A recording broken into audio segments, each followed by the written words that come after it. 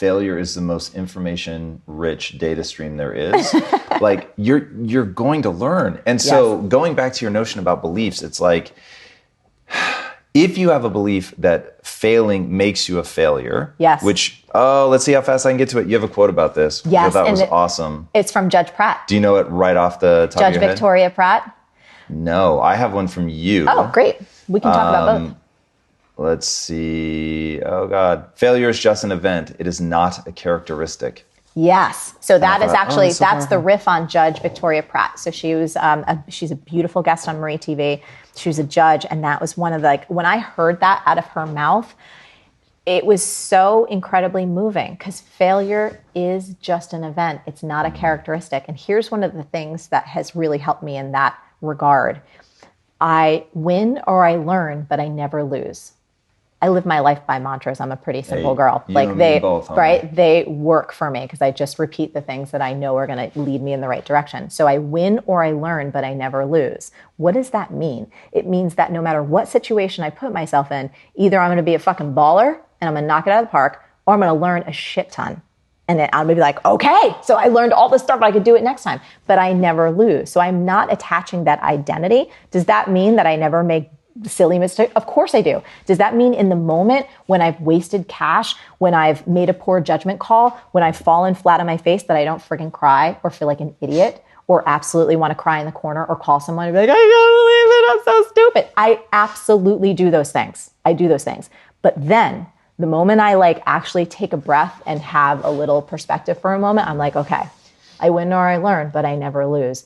And that allows me to get back up, contextualize it, and keep on trucking. Oh God, I really hope people hear that you do both, that you cry in the corner, call a friend, freak the fuck out, and then. I freak the fuck out throughout this whole book.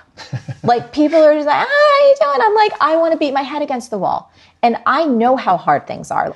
But there were so many times when I called people on my team, I called friends. My dear friend, my best friend in the whole world, her name is Chris Carr. I would Skype with her, Tom, with tears running down my face going, I'm giving the check back. I'm giving the check back. I don't need to write a book. Why did I say yes to this? This is the dumbest thing I've ever done. No one gives a shit. There's already an Oprah talk. Who cares? Like that happened. That happened the whole way. That's what makes the book so useful. And truly, truly the highest compliment that I can pay a person, their work, anything, is that it is useful. Thank you. Is you tell both sides of the story. The like, here's where you're going to struggle. Here's where I struggled. Here's how I picked myself back up. This is the mantra that I use. This is how it becomes ultimately useful. And the thing that gets really frustrating, and I'm sure you have this as well, like the more you get successful, the more people begin to discount you. And it's like, okay, you're sort of putting me on a pedestal. So in the one hand, it's flattering, but it's like my whole mission in life is to help you. And the more you allow yourself to think that I have something you don't, the less likely you are to turn in a stellar performance. Yeah. And so it's like, like you're thinking about this the wrong way. You're thinking that I feel confident all the time, which I do fucking not. And what I'm trying to tell you is like, I have tools and techniques for dealing with that moment. It isn't that I don't have that. Is it Mark Twain that has that rad quote? It's like, courage is not the absence of fear, it's rising up in the face of fear. It might be. Something like that. Yeah, I think, action is the antidote really to fear. And I also think people have a really mistaken notion about fear. They think it's an enemy that needs to be like kicked and punched in the face and like steamrolled over and like, Urgh! And I don't think that that's true. I think fear, outside of the evolutionary response to keep you from not walking into moving traffic, very, very useful. I think that all of the other flavors of fear that we feel on a regular basis when it comes to moving forward with an idea, a project, something risky, something creative, something exciting, and we're like, we feel that. Our fear is directive. It's a GPS where our soul most wants to go. And if you reframe that and listen to it, I like to give the analogy that, fear is like an infant or like a dog. Like an infant can't use language yet. It's just going, like it's making all kinds of sounds. I need to poop, I need to eat. What's going, like that's what it does. It's trying to communicate. Same things like my dog Kuma, right? He doesn't have language. He's just barking his little head off if someone's coming or he wants to play. It's like one note. Right. Oh, yeah. And with fear, I think it's very similar. Like when we feel so much fear, again, outside keeping us safe, outside of keeping us out of danger where it's legitimately we could die, what fear is doing, she's like jumping up and down like this. She's like, do this thing. I'm making you feel something because this is right? So it's like, that's what fear is doing. And she's your friend. She's trying to aim you in the direction that your soul most wants to go. And if you start thinking about it that way, all of a sudden, fear becomes this incredibly instructive guidance tool that puts you on the path that's going to allow you to have the most growth. Yeah, fear's telling you there are stakes. Like there's something here that matters. Yes. And then, I mean, look, you can get yourself into trouble with, if you talk about this very powerfully in the book, that the more you think about something, the more it hardwires your brain, which, by the way, I really respect how much of the neuroscience you bring in, enough to really legitimize what you're talking about, but not enough to slow me down, which is wonderful. And so I definitely want people to know, in reading the book, they will understand that, look, there's a level to which you can take this. You can let fear become hardwired, where it is the problem that you think it is, but it is figure-outable. You can unwire that stuff and really begin to go in the opposite direction. And we give people tools. Like, there are a number of exercises in the book. There's somatic tools, there's cognitive tools, there are just practices in terms of fear. And I would say the one thing, I don't know if we want to talk about this, but I think the one thing that trips people up is understanding the difference between fear and intuition. Definitively we want to talk about it. Okay. Because this is an exercise that I would tell you, this is, you've done your pro-con lists, right? We've kind of looked at this from a very logical and reasonable perspective where you understand the landscape, and you still can't make a discernment between whether your intuition is going, don't do this. This is bad news. You're going to go down the wrong path.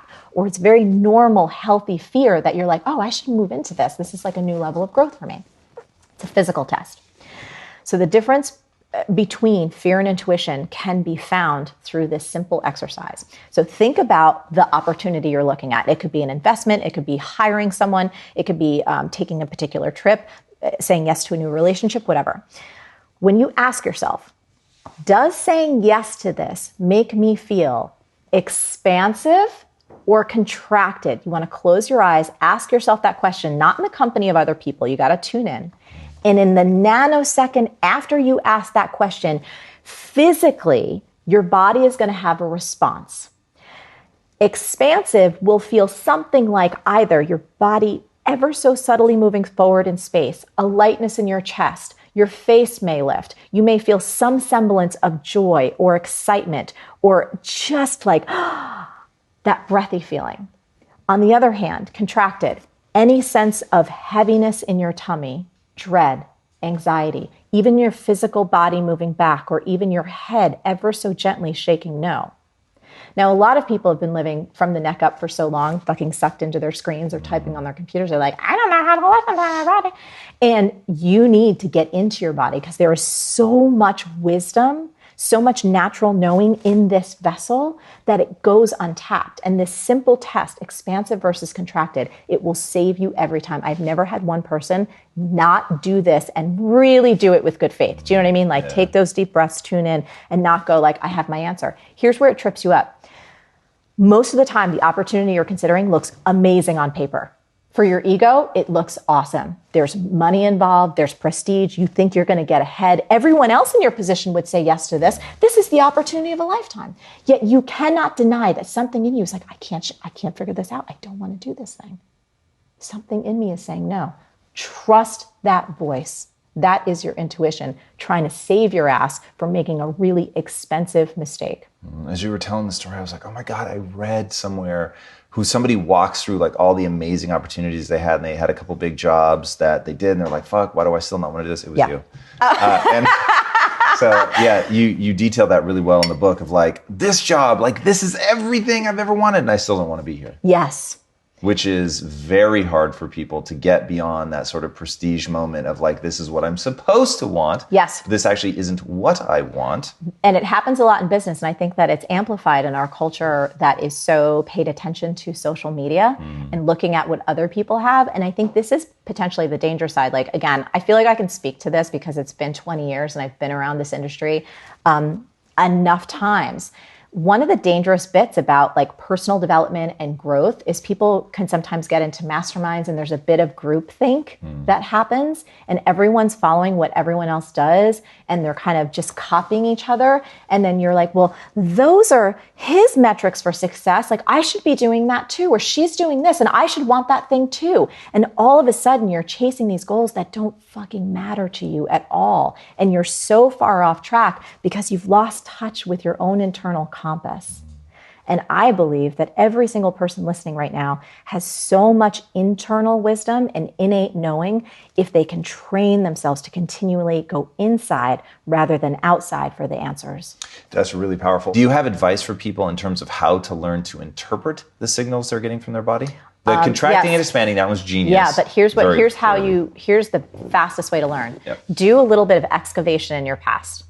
Look at the times when you made some kind of boo-boo, when you just took yourself in a direction. And when you look back, and most people can get this in an instant, you're like, something in me said no. And I overrode that. Look at all the times when something turned into a shit show and ask yourself, honestly, was there a signal that I overrode? Was there something happening, this little voice, a feeling in my tummy, something that told me you shouldn't do this, but you plowed on through because your ego wanted to run the show? Most of us have some instances of that, and that's how you can use your past to help inform a smarter future. How do you think beliefs are playing into that? In what way? So my gut instinct is, so when you talk about the ego's getting in the way. So I started thinking, yeah, what is the ego latching onto? And then I thought, well, it's beliefs about I'm better. It's a belief about needing to get somewhere and to get ahead and like almost fear and scarcity that you're not going to be good enough unless you achieve X, Y, and Z. It's a belief in that someone else is going to get ahead if you don't take this opportunity. It's a belief that perhaps you're not going to be important enough or loved enough unless you have enough of a big bank account, unless enough likes on Instagram, unless you get the recognition that you think you need in order to feel enough in this life. Yeah, 1,000%. And that's why when you started talking about beliefs in the book, I was like, homie, like it's so on the money for people to really, really take control, start making different choices around their belief system, build a belief system that's empowering, have their mantras. I'm like you, like there are so many phrases that I repeat to myself that I almost forget how many phrases I use. Yeah. And then people ask me like, oh, how do you deal with this? I'm like, oh, well, when that happens, whether it's an either win or I learn, it's like I'm actually saying those things in my head. And getting people armed with those and understanding how to use them so that at that right moment, when you're feeling that self-doubt, that you have a belief system to lean back on that's always setting you up for the right thing. And speaking of belief systems, you said something earlier that I wanted to get back to, which is, I think the word you used was action, but you'll know what I'm talking about. Action is the cure for fear. Action... I actually don't know. It was great. You probably hung on to it. You said, so the punchline. Action is the antidote to fear. There we go. Yeah. So I thought that is so true. The mantra that I use in my head is action cures all. So whenever I'm feeling anxious, if I'm feeling overwhelmed, like I know like the last few days I've had so much to do. It's really been like, I try never to get to the point where, I have more to do than I have hours, like more to do where something pretty important will break if I don't do it. Because I can always deal if just giving more hours solves the problem. But once I run out of hours, then I start to feel that sense of overwhelm. Yeah. And I was having that sense of overwhelm. And I thought, okay, if I sit here in this, it's not going to go away. But if I actually just, what's the most important thing on the list and start doing it, it will immediately diminish my sense of anxiety, of being overwhelmed. So yeah, that one's super powerful, and I don't think a lot of people lean into that. One of my other favorite ones is clarity comes from engagement, not thought. You know, you gave me that one the very first time we met. That's so powerful. Yeah, because we can all sit here and be like, I don't know. Like, should I say yes to this person? Should I hire this person? Should I go ahead with this product launch? Should I go ahead writing this book? And I think until we actually start to do the activity or find a small way to test to actually dip our toe in the water, we won't know. It's just going to be like this mental exercise and this cyclical type of thinking and back and forth and back and forth. But the moment you bust out of that, it's kind of like you go into a new matrix. The feedback you'll get both from the outside world, meaning, do I actually, wow, this is kind of fun. And what happens inside? Do I like this? Does this feel great? Is this a challenge that I want to take on? You're going to get all the information you need to inform your next step. And what's great is you don't have to know everything in advance. You don't have to have a perfect plan because those rarely work. All you need to do is to get into that motion and to trust that clarity comes from engagement, not thought. And the more active steps you can make, like rather than necessarily watching, 5 hours of a tutorial online, well, I love the internet and it's great. Can you pick up the phone? Can you go to an in-person class? Can you go and meet someone in real life? I think that active learning gets us so much farther faster than the kind of quasi, like, I'm going to do some research online. Again, that's cool for like a minute, but don't get sucked down the rabbit hole for like 3 hours, 3 weeks, or 3 years. Fear is just a part of life. It's always been there. It's always going to be there. We tend to treat fear like pain. It's bad. Run away from it. I don't like how it feels. Would you mind sharing with us a little bit about what your relationship with fear is? Yeah, so fear is a really fun one, right? Like many of us have heard a lot of the acronyms like false evidence appearing real, F everything and run. And one of my favorites is face everything and rise. That is my favorite idea about fear. Because here's the thing, fear, first of all, it's a really useful emotion. It helps to keep us alive. So in situations like it stops you from walking in front of a moving bus or a train. It's awesome. But when it comes to the different components of our life that are not necessarily life or death, but can feel that way internally, it really does keep many of us playing much smaller than we should. So I think that fear can be a really instructive friend. And I have this notion about fear that it's almost like a child or a dog that only has one modality of communicating. So infants, all they know how to do really when they need to get your attention is cry. So if they're happy, they might and start screaming and it turns into a cry. Or if they've got a poopy diaper and they cry, or their stomach and they're hungry and they cry. Same thing with my dog. I have a tiny toy Australian Shepherd and he is amazing, but he's only got one note, which is pretty much barking, right? So if the UPS guy is there, he's barking. If he wants me to play with the ball with him more, he's barking. And so fear is in a similar way, a one note kind of friend. When you're about to take a big leap, when you're thinking about making that investment, making the shift into a new career, what fear is, I think she's like a friend who's making you feel all of these different things inside. But what we do as humans is we misinterpret the signal. We think it means danger, stop, move back, keep yourself safe. But what if outside of those situations of walking in front of a moving bus, your fear is really erupting and saying, oh my goodness, this thing, yes, pay attention to it. It's the most important thing ever. Move towards it. But we just haven't been taught to interpret that signal in a different way. So I like to think of fear as a GPS for where your soul most wants to go. Again, this is in a context of not physical safety, right? I'm not talking about put yourself in any kind of physical danger, but I'm talking about new careers, relationship changes, creative risks that you want to take. If you start to look at your fear like a GPS for where your soul most wants to go, all of a sudden that fear can be instructive, not restrictive. And we have a lot of exercises in the book because a lot of people might be saying, yeah, that's a good girl, but how am I going to pay the bills? Or what if my fear takes me to a place that's going to put me at some kind of financial risk? I'm with you. I'm typically a pretty risk averse person, especially when it comes to financial matters. So I get that. But there are ways to let your fear be instructive and also use your logical brain. There's ways to take care of your finances and understand your numbers enough so that you're able to take a risk and be able to walk through what's the worst thing that could happen and then how might you recover if that worst thing happens, to put yourself in a place of making really calculated, thoughtful risks that even if it doesn't turn out in the best case scenario, you're still not going to take yourself off a financial cliff. You're still going to learn something and you're still going to progress. Really, really good. One thing we talk a lot about here at Bigger Pockets is, when people want to get into real estate, one of the good ways to do that, everyone's afraid, right? Everyone's afraid to go and invest money and jump into it. So we talk about like, if you buy, let's say, a house where you can rent out the bedrooms, worst case, like to your friends or family or whatever, and you could pay the mortgage, like that's a pretty low risk way to get started. Or you buy a duplex, you buy two flat or a duplex, whatever, and you rent out one of the units, you live in the other one. Like worst case scenario is not too bad. In fact, when I bought a multi-million-dollar house in Hawaii here, and I wasn't gonna, I looked at it, I fell in love with it. I wasn't going to do it. I was afraid. It was so expensive, 10 times more than my last house was. I'm like, why would I do that? And David here is actually the one who was like, he did that at worst case. And he's like, well, what really would be what would go wrong? Yep. And I'm like, well, what if I, stop selling all books, all my real estate crash and burn. I couldn't afford to pay my mortgage. He's like, okay, well, it's 3 separate units here in Hawaii. It's 3 separate. What could you rent all 3 for? I'm like, I guess, So in other words, you'd be breaking even or even making money if you had to like give up and go back home, back to the mainland and give up your Hawaii surf dreams. I'm like, oh yeah, I guess I'd own a multi-million-dollar property that makes me money in Hawaii. That's only going to be worth millions more later on, right? Like it's like, oh, so like that, and in a heartbeat, the fear like pretty much went away. I was like, oh, I guess why not do that? So I get that's for real estate. There's a lot of like that. A lot of businesses. There's not a lot of like you're going to get nailed to the side of a fence or there's nothing real bad that's going to happen to you in most businesses. You start an online business, okay, well it didn't work out, you lost some money maybe and lost some time, you learned a ton.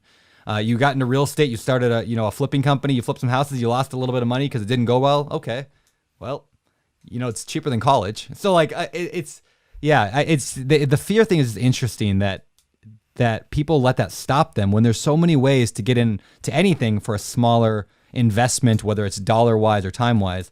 Anyway, I just think that, people let fear stop them. And it's probably like one of the biggest mistakes they make. Yeah. Well, fear is it's a really big topic. And I think it's important for people to understand how to use it to fuel you ahead and also how to write down both the best and the worst case scenarios that could happen from you following this quote unquote fear, the thing that you most want to do, the thing that is most exciting, that could have the biggest upside in your lives. But here's the distinction. Most people only talk through the worst and best case scenarios in their heads, even if they talk it out loud, like you just did with David. I think though, what's even more important, you have to write it down. There is a magic that occurs in seeing something concretely on paper, like literally writing down, this is the worst case scenario that I could imagine in my head and happening. And I'm going to articulate that on the page. And then asking yourself, what would I do if that happened? What's my rebound plan? So for me, with starting my online business, I just remember, I was bartending. And again, I was trying to train myself to bring my A game because I was miserable. I was like, okay, if I start this business, if everything goes to hell and no one wants to hire me as their coach and it's just awful and I lose all bartending jobs, what's the worst thing that could happen? And I started teasing that through. It was like, okay, I'd get kicked out of my apartment. All right. My parents wouldn't take me back. I'd have no friends. I'd be homeless. I'd wind up in a shelter. And that was kind of like the bottom of the bottom for me, which I didn't think I was going to get there. But if I just pushed it all the way to the edge, that was the truth. And I said, okay, what would I do? I was like, well, I'd go find a job at like Starbucks or McDonald's, like someplace. Like I'm not afraid of hard work. So I will do whatever I need to do to lift myself up back again. And once I got real clear on that, I was like, to your point, it's like, this actually isn't that bad.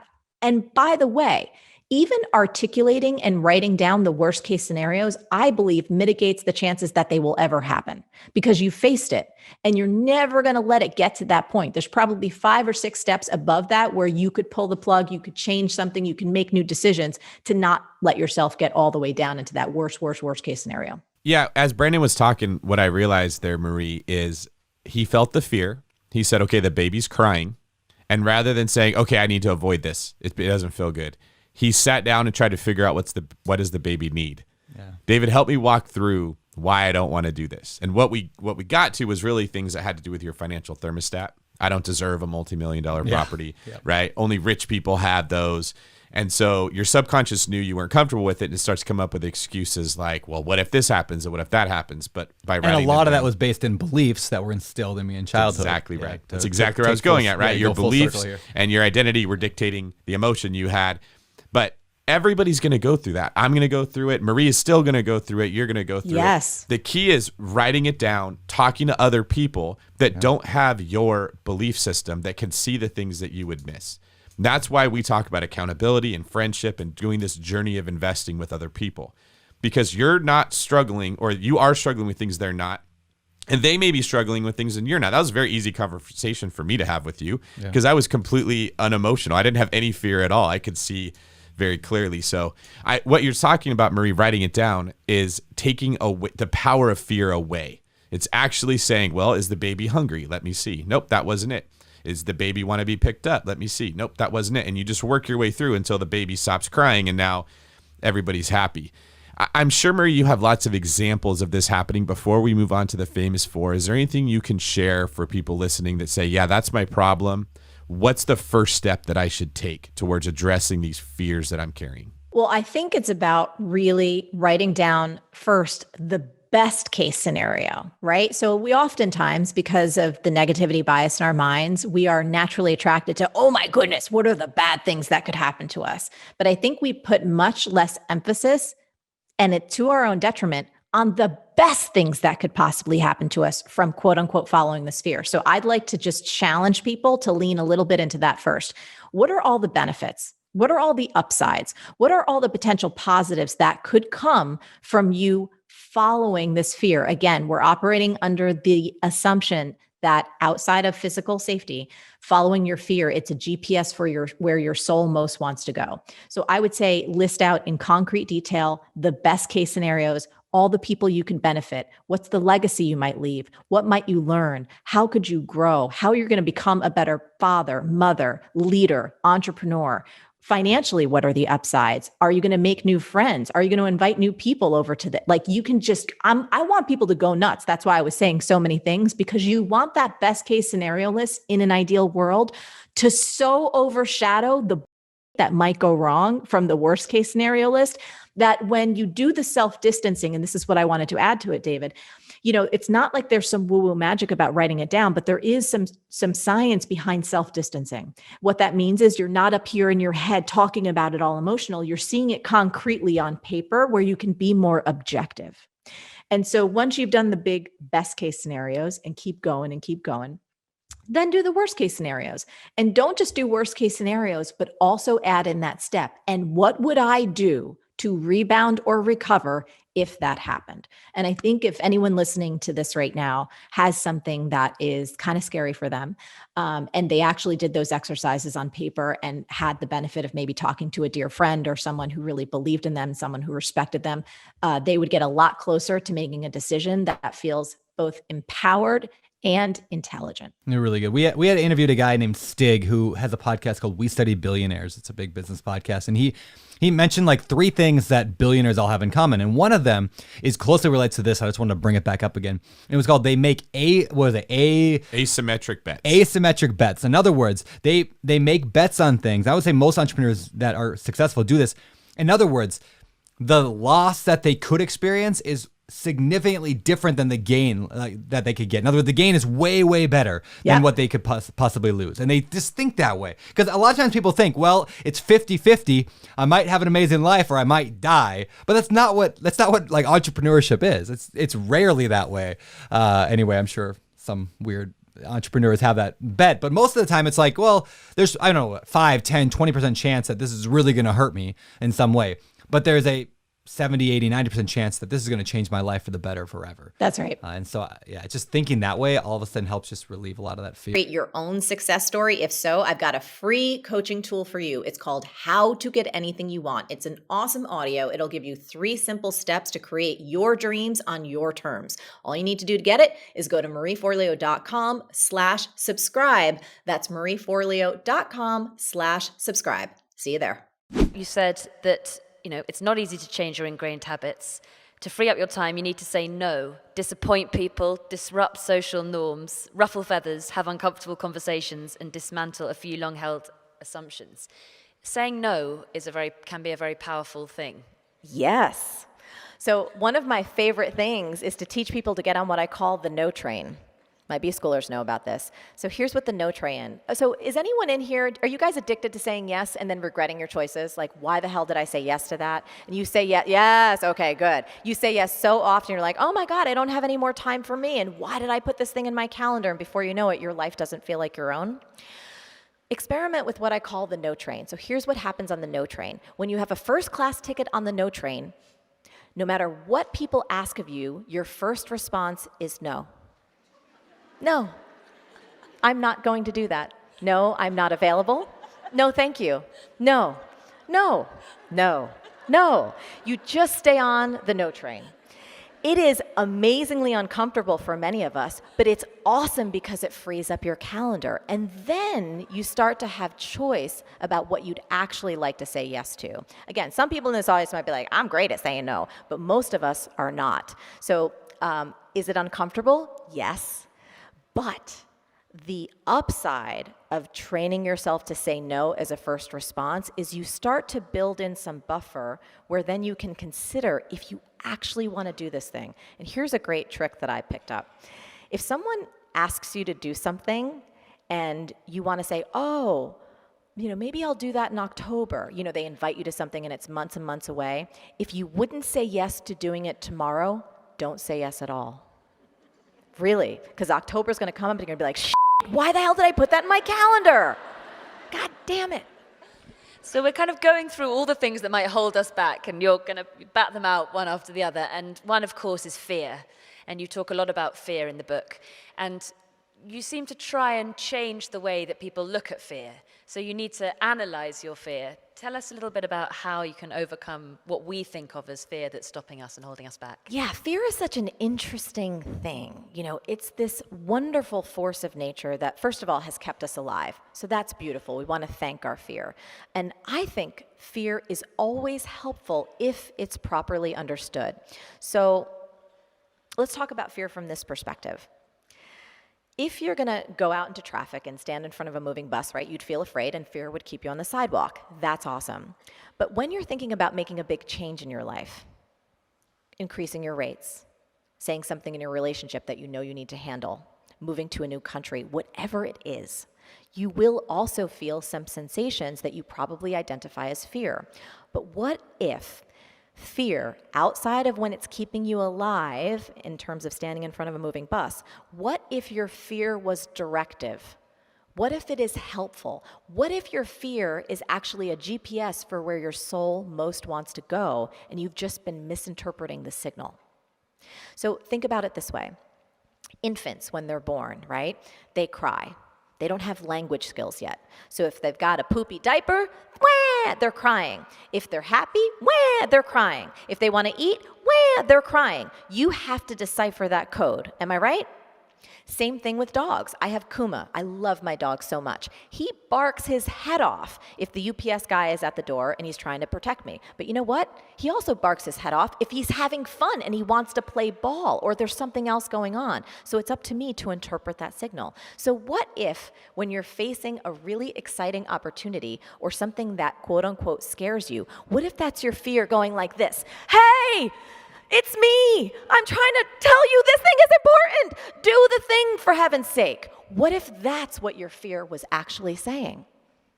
And you misinterpreted it. You thought she was saying, danger, stop, no. But instead she was saying, go. So that's kind of the framework through which I think we should initially think about our fear, that she's actually your friend and she's there to help you. Then when we take it more concrete, there's a section in the book about fear taming. And this is one of the most useful exercises because one of the reasons that we often get stuck around fear is because it remains amorphous in our minds. It's this big monster in the back, and we never actually face it or look at it or articulate it on paper. So one of the most useful things you can do if you're feeling a lot of fear and you think it might be good and directive is to actually start writing down what's the worst case scenario if you went ahead with this and you totally fall on your face. What could happen? So as an example, when I was thinking about starting my business and I was terrified and I was in debt and I had no money and I had no clue how I was going to do this, I thought about, okay, what's the worst thing that happens if I start this life coaching business and it doesn't work out? So I imagined, okay, I'd spend years trying to do this thing. I'd make no money. I would feel embarrassed. My parents would be ashamed of me. Okay, that's pretty bad. Well, what's the worst thing that could happen if that happens? Well, I wouldn't have enough money to pay my bills, and I'd get kicked out of my apartment. Okay, well, maybe I could move with my parents. What's the worst thing that would happen if that happens? Well, if they didn't take me back into the house, what would happen then? Well, maybe I'd be homeless. Maybe I'd have no one to live with. What's the worst thing that could happen there? And I got to the bottom of my fears on paper, and it turns out Basically, that I would be homeless and alone and unloved. That's the worst thing that could happen if I tried to start this business and it failed. So then I asked myself, okay, what would I do if that actually happened? Like, how would I lift myself back up? And here's what I came up with. I'd probably go to a shelter. I would find a shelter to go to.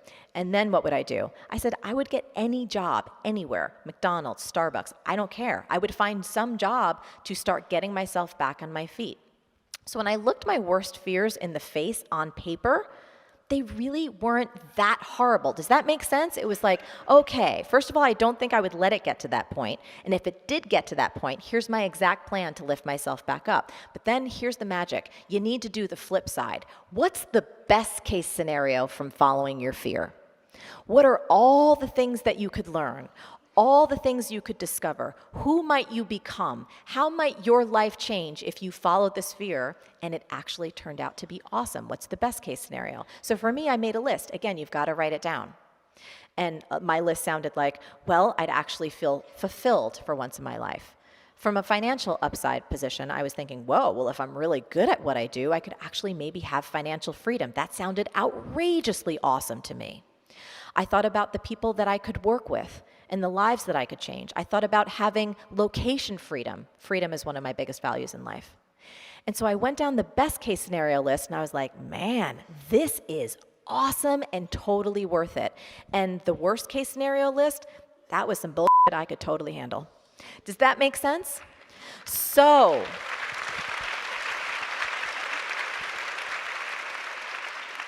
here's what's awesome about doing the fear taming exercise, which there's a few more steps to it in the book that you can walk yourself through, is that you have it on paper. And when you articulate your fears and you write them down and you look at them and you make a plan for how you would actually solve for that circumstance, if it did occur, it's much less likely to occur because you're mitigating against it.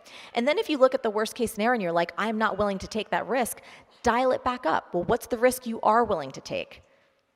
And if you go there, you're good. There's a wonderful example. You use Bruce Springsteen and the way that he attributes what we think of fear, racing heart or panic, yes, to excitement. That's looking at fear from a physical standpoint. So what the coolest thing is, I think, about the fear chapter is we look at it from every level. We're going cognitive, we're going somatic, we're going emotional, we're going metaphorical, if you will. So we look at fear from every different angle so that you have all the tools you need to not punch it in the face or get over it, but really to move through it in a really healthy way. And one of the notions actually that Josh, my man, has shared with me that's really made a difference in my life is this idea that he learned from his dad. So his dad was a theoretical physicist who worked with Einstein. And Josh's dad taught him this lesson. You know, what if all emotions are just atoms vibrating at different frequencies? That's all it is. And the thing that we've been taught to label as fear, what if it's something else? What if it's like champagne bubbles? What if we've just been taught to label it something that all of a sudden we have this terror over? And then we'll get to the Bruce Springsteen story. So Josh has this great technique that he teaches in his course called Committed Impulse. He's like, whenever you feel fear or anxiety or a little bit of panic, especially when going on stage, don't call it fear or anxiety or panic. Call it some weird ass name like noonie or something ridiculous like sushi, right? So for example, if you're thinking about pitching an editor or you're going to go in front and speak in front of 1,800 people, for example, rather than saying, oh my God, I'm so scared, Hannah, I'm like, oh my God, Hannah, I got so much noonie inside. It sounds ridiculous because it is, but you break yourself out of the trance of terror. And thinking about Bruce Springsteen, there's a great legend that the boss, when he's backstage about to perform for tens of thousands of humans, he has sweaty palms and his stomach is swirling around and his legs are getting a little wobbly. And even in his head, he's thinking like, oh my goodness, I'm feeling a little just lightheaded up here. And everything is starting to sweat. And you know what that means? It means I'm ready to rock. He has all of the same sensations that we all have, yet he has completely put them into a framework and into a personal narrative that this means he's getting ready to give the performance of his life. And I say if it's good enough for the boss, it's good enough for us. What do you say?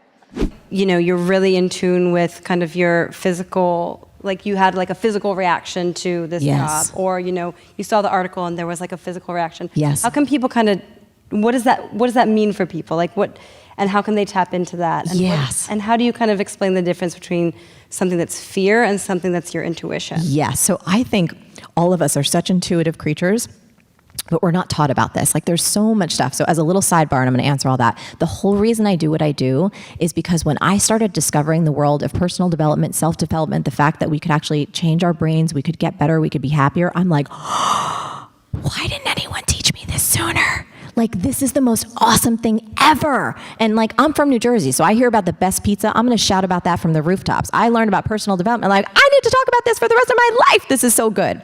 Anywho, back to intuition. So, my mom taught me when I was little. I used to walk to school, right? And there's all those walking stories, because I've always been really independent. And my mom's like, no, I have to walk. I'm like, no, I'm going to do it on my own. She's like, look, I'm going to let you walk to school as long as you promise me this. If someone stops and they pull up by a car and you feel something inside and it doesn't feel right, you got to run. You got to scream, never get in that car. So she taught me from a very young age to pay attention to the fact that there was a small voice inside that would always keep me safe and always guide me to what was right and what was best. So I felt like I had that training. So by the time, Wall Street and the whole seeing that article, I was in tune with intuition and the fact that we all have innate wisdom in us that's striving to be the GPS for our life. And talking about the difference between fear and intuition. So this is one of my favorite things. So all of us, right, we come up against opportunities. Like, so maybe there's a new job, or there's a promotion, or there's a relationship, or some type of investment opportunity. And you don't know whether or not you should say yes because you feel scared. And so how do you make that distinction between healthy fear, which is something you need to go through and grow through in order to be more of who you are, versus your intuition that's trying to save your ass, right, from making a big, expensive mistake? So here's the test that I've taught people for years. I use it on myself all the time, and I've never had it be wrong. Here's how it goes. When you're considering an opportunity and you feel confused about whether it's fear or intuition, get really still in yourself. If you need to, close your eyes. I recommend not having technology anywhere near you. Again, you can do it standing or sitting down. When you close your eyes, you tend to go inside rather than looking outside. So you close your eyes, you take a nice deep breath, and you ask yourself this simple question. Does the idea of saying yes to this opportunity make me feel expansive or contracted? Now, in the nanosecond after you ask yourself that question, I promise you, your body will have a visceral response. There will be something that happens. So let's describe what expansive might feel like for you in your body. Expansive might be like a sense of joy, like your chest lifting up, or even your body ever so subtly moving forward. Maybe your chin lifts, or there's some type of little bubbly notion in your stomach. Even if you're afraid, even if it's something that terrifies you, there's something that moves forward in space. Does that track? Does that make sense? Yes. So contracted, on the other hand, it feels like dread in your belly, or your shoulders hunch forward, or if you had your eyes closed, perhaps your head gently shakes no, or your body physically moves back in space. Now, admittedly, these are very, very subtle physical sensations, and I'm not talking about your thoughts. I'm not talking about a thought, I'm not good enough to do that, or I'm too old, or I'm too young, or I'm too whatever. I'm talking about your physical sensations. So if you're someone like many people in society right now who spend 8 to 10 hours a day staring at a screen sitting down, and you don't do much physical movement, it's going to be more challenging for you because you haven't tapped into this vessel in a while. But this thing has so much intelligence and so much guidance for you if you listen to it, which is one of the reasons why I love dance. So if you notice yourself feeling contracted, and here's what's interesting. Oftentimes we want to override that contracted feeling when our ego wants to say yes, because the opportunity on paper sounds so good. Oh my goodness, it's so much money. Everyone else would die for this opportunity, but something inside of you is saying, don't do it. Can anyone relate to that? Yes. And haven't you regretted it when you overrode that because your ego said, but it's going to make you look so good. It's going to get your ass in trouble. Yes. So that whole question, here's the question again. Close your eyes and ask, does the idea of saying yes to this opportunity make me feel expansive or contracted? And you practice enough and you will have your own intuition guide you to your highest and best life. I guarantee it. Hi, Marie. Every week I look forward to your Q&A Tuesday video because they're always so informative and useful. Thank you so much.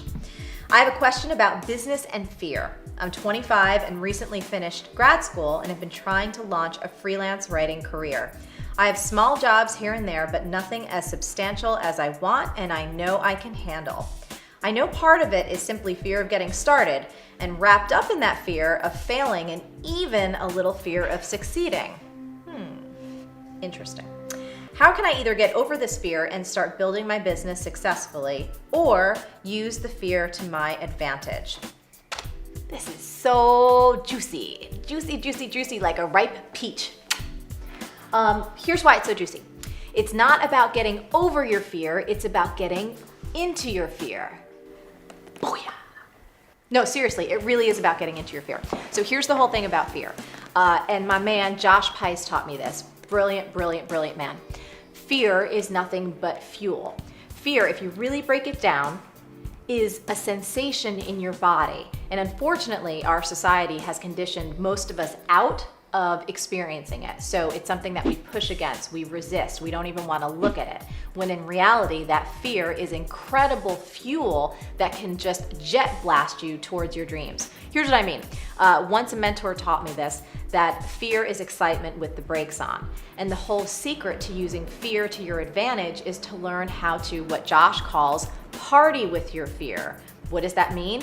It means experience fear as a sensation in your body without going into the mental drama about, oh my God, am I gonna fail? Or oh my God, am I gonna succeed? And put all of your attention on feeling what those sensations feel like. Is it champagne bubbles? Do you feel a little bit like when you're going on a roller coaster and you're going up, up, up the hill and you're like, oh my God, my stomach's getting butterflies. But then what happens, right? If you got stuck at the top of that roller coaster ride, it would be terrifying. You'd be frozen in that one spot if you just stopped and you didn't experience all of it. But if you actually let yourself go and you ride the fear, all of a sudden it turns into exhilaration and it's like the best freaking time ever. That is what's possible when you party with your fear. Hey, fear. Looking scary. Did you gain some weight, fear? Looking big in them jeans. Ooh, shake it, girl. All right, so that's all well and good, but let's get more tactical. Now you know how to party with your fear, and you're gonna have a ton of energy that you wanna channel into this incredible freelance publishing career / business. So the first thing that I recommend is clarity. Clarity brings speed and power and all kinds of good stuff. Here's why. You have a part of your brain, we all do, it's called the reticular activating system. Your reticular activating system, yes. It sounds more complicated than it actually is. In reality, it's quite simple. It's this tiny, like the size of your fingernail, little piece of your brainstem that's responsible for filtering in and filtering out information. As you know, it would be impossible for us to take in the millions and millions and millions of pieces of information, of sensory data that's coming in all over us. So the reticular activating system helps you narrow in on what's most important for you. It tells your brain what to focus on. So if you have ultimate clarity about your business fantasy, right? What kind of publications you want to write for, how much money you want to make, what are the people that you want to associate with, like a really crystal clear picture of this dream career that you're creating, your brain will help you bring your dreams into reality. It actually becomes a partner in you having everything you want. So it's really easy, doesn't require anything else besides you having clarity.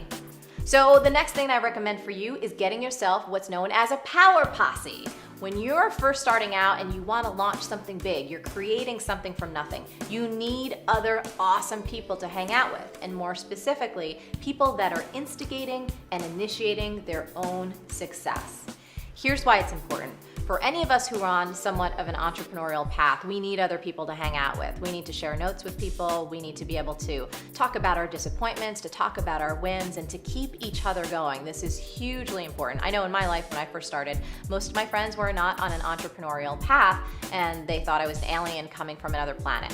So I really had to create my own power posse that helped lift me up and really move me along much faster than I would have on my own. Where do you find a power posse? Well, it's a really great question. I started looking online for people that were up to the same kind of things that I was up to, blogs, live events. Social media is an excellent way to start to connect and form your own. Something else people really struggle with, and I think one of the reasons they don't start is because they're struggling with, I only have a certain amount of time. Can I really do something part-time? Which I think is how a lot of brands and businesses start, especially blogs, personality brands. Do you think that people have to quit their job and go all in? Or do you see a lot of people kind of doing a side business and then letting it grow organically till they can leave their job? Yeah, so this is a great question. And there's a few things I want to say about it. Number one, I had side gigs besides my coaching business for nearly 7 years before I went all in online. And there was a few reasons for that. One was that I was very, very passionate about health and fitness as well. And I was teaching for Nike, and I was teaching hip hop, and I was traveling around the world. And I loved that part of my business and my career. But secondarily, I was living in New York City. I was bartending. I was waiting tables. And that was a huge portion of my income that allowed me to keep a roof over my head and keep food on the table so that I can continue to figure out how to grow this online business from a place of real integrity and to do it slowly and organically, because that's part of my DNA.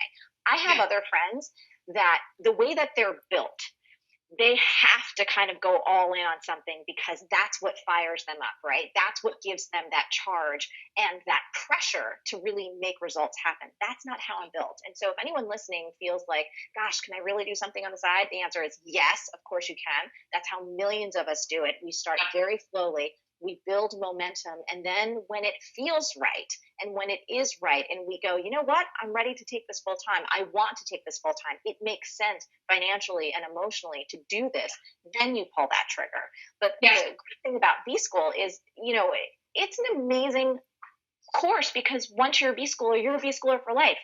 You can take it at your own pace. We've had folks say that our material is more comprehensive than their Ivy League MBAs. And I literally have people that have written me that, I have an Ivy League MBA and this was more applicable in the real world.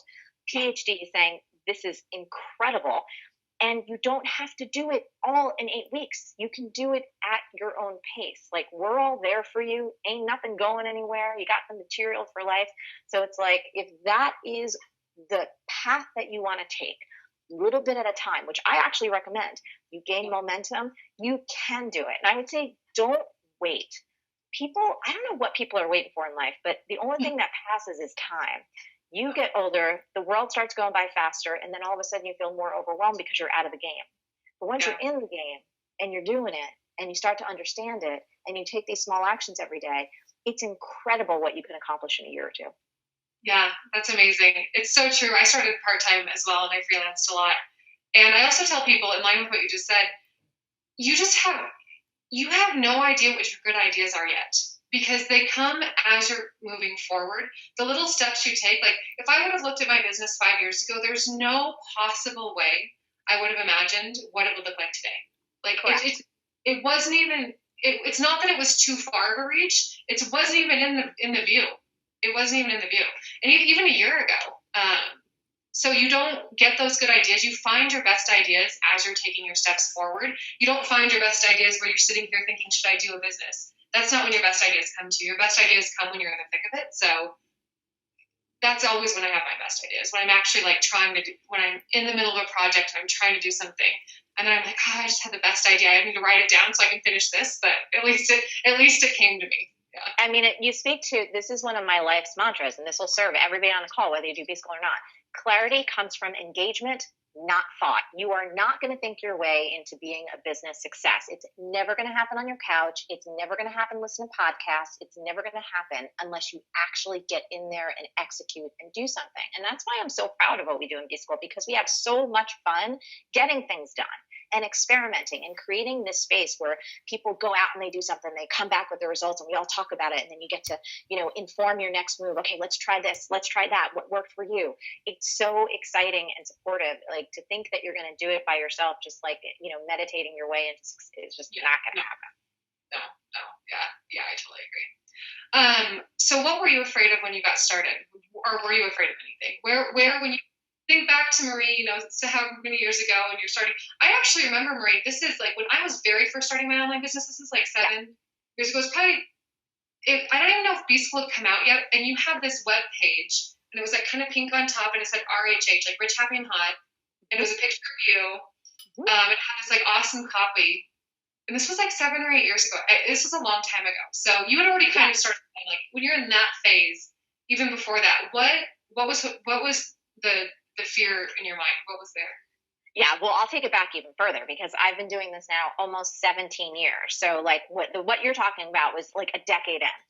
Wow. So way back, I was both afraid of everything and I was afraid of nothing. So let me tell you what that means. I was 23 when I started my business, and I had such bravado and such confidence, and I don't know where that came from, that I thought I could be a life coach at 23, which is like, that's crazy. Like, I hadn't even lived that much life yet, but I was super committed and I was so passionate. So in that sense, I was somewhat fearless. The other thing too is I come from a very hardworking family.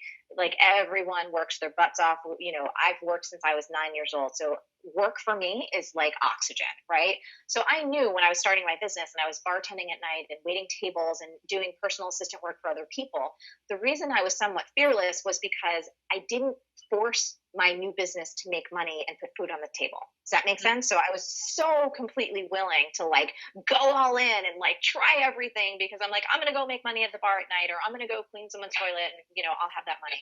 So in that sense, I was fearless. Now, the other side of that coin, completely afraid of everything, totally scared because I felt insecure about my age, felt so uncomfortable trying to get my first coaching clients, like just fearful that I wouldn't be able to deliver value, wasn't sure of myself because I hadn't had that much life or experience yet. Afraid that I wouldn't do a good job or that I'd disappoint people, completely terrified that I was making the wrong decision because all of my friends had really stable jobs and, they were kind of climbing the corporate ladder, terrified that I was making the wrong choices because I sacrificed a lot. When so many of my friends were doing bachelorette parties in Vegas and going to Miami and doing all these kind of fun things that folks do in your 20s, I completely had my head down and was working nonstop. I was trying to figure out what I was supposed to do in this world and trying to figure out how to grow a meaningful business in this, what was new, an online world. The internet was kind of brand new in the late 90s and the early 2000s. Yeah, for sure. Something that you just said that I know that you're so good at getting people over this. If you can talk to everybody on the webinar about this. What I see so much, and I don't know if like the health coach community just attracts this, or if I think everybody has this, but I think I just see this like is the most predominant thing.